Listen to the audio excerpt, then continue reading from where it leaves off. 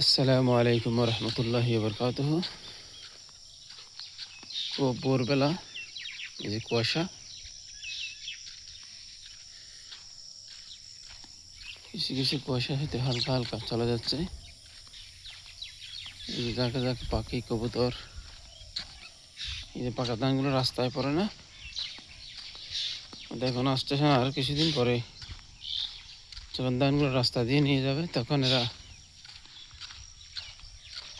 পরে দেখবো অনেকগুলো ধান, তখন পশু পাখি কবুতর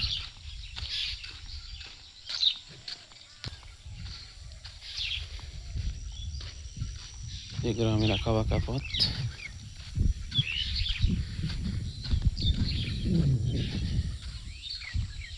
গ্রামের পরিবেশগুলো অনেক সুন্দর, মাশাআল্লাহ। একেবারে নির্ভেজাল, কোনো ভেজাল নাই। এই যে গ্রামের মেঠো পথ, এই যে বাঁকা বাঁকা, সেদিকে এসে আবার মানুষ অনেক কিছু চাষবাস করে ধানের পাশাপাশি। এই যেখানে একটা ছোট্ট পুকুর, মাশাআল্লাহ। এই যে কৃষকেরা ধান কাটে এখানে সারা সারা রেখে দিয়েছে, আবার ওখানে মাছ ধরছে, ছোট ছোট মাছ। ওখানে মাছ ধরছে, উপরে ধান রাখছে, এগুলো হালকা শুকিয়ে গেলে বাড়িতে নিয়ে যাবে।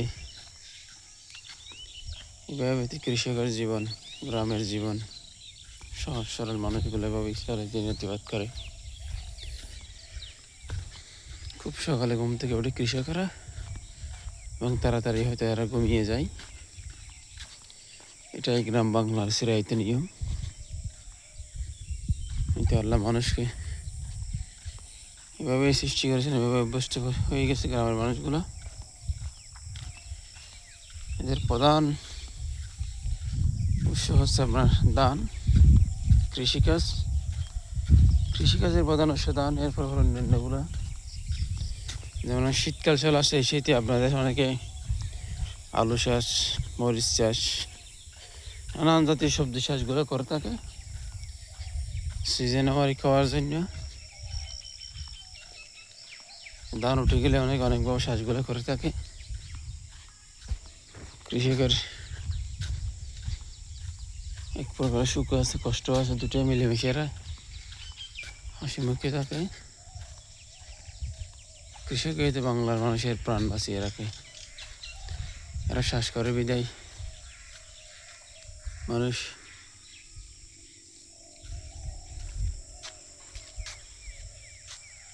এই যে কাঠবিড়ালি, এগুলো গ্রামের পথপ্রান্তরে পাওয়া যাবে, দেখা যাবে। এই যে বুড়ো আছে একটা দুইটা, এরা জোড়ায় জোড়ায় আছে। কাঠবিড়ালির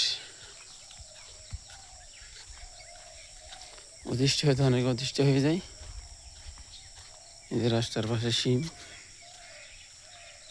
এগুলো এখনো ফুল আসে নাই, হয়তো কিছুদিন পরে ফুল আসবে।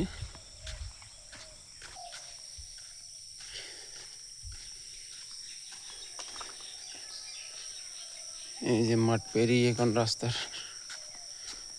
ধরে হাঁটতে হাঁটতে পাহাড়ের পথে দেশে। সকালবেলা হাঁটাটা অনেক ভালো স্বাস্থ্যের জন্য। ইনশাল্লাহ চেষ্টা করি প্রতিদিন হাঁটার জন্য, ফজরের পর। এই যে পাহাড়ের উপরে বাড়ি, গ্রাম অঞ্চলের পাহাড়ের দায় যারা বসবাস করে তারাই এই যে পাহাড়ে কারেন্ট, মাশাআল্লাহ।